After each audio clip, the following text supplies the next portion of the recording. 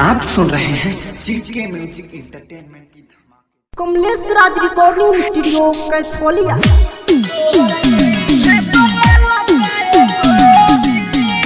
आप सुन रहे हैं जीके म्यूजिक एंटरटेनमेंट की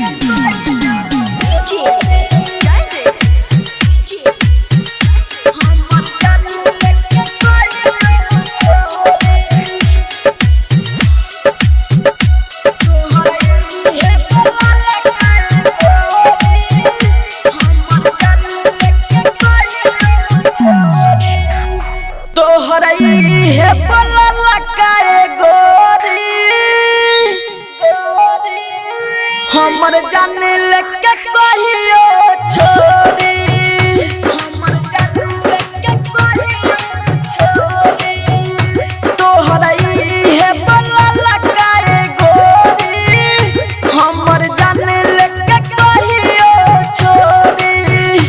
जहिया चलो जइबू ससुरा में छोड़ के,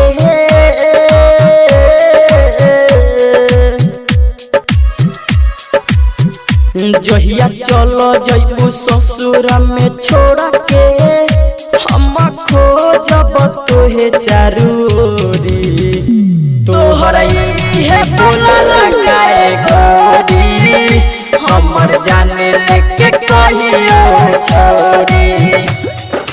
आप सुन रहे हैं जीके म्यूजिक एंटरटेनमेंट की कमलेश राज रिकॉर्डिंग स्टूडियो कैसोलिया।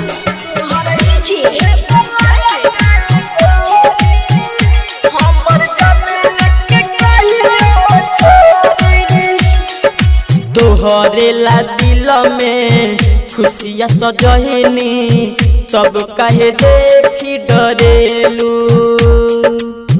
तब कहे देखी डरेलू। इतना बताव एहू करे जा, कितना प्यार करेलू, होई जइबू तू कहियो अकेला,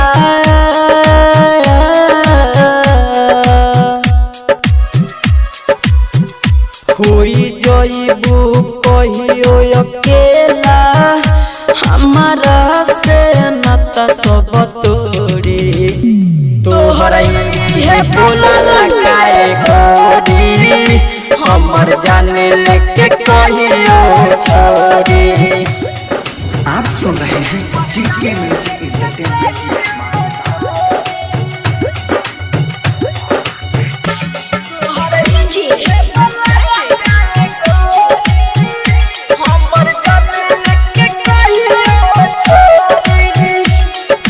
राइटर होरिल मनीष मिसाइल, जानता रे बात सारा, जानता रे बात सारा। हरा बाज के लके एगो तू ही बाड़ू जान सहारा, फेरू नजर से नजर मिला दो,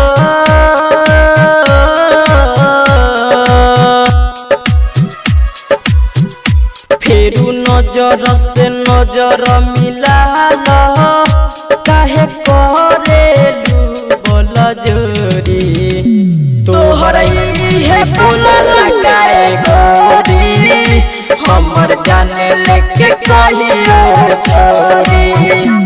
कमलेश राज रिकॉर्डिंग स्टूडियो।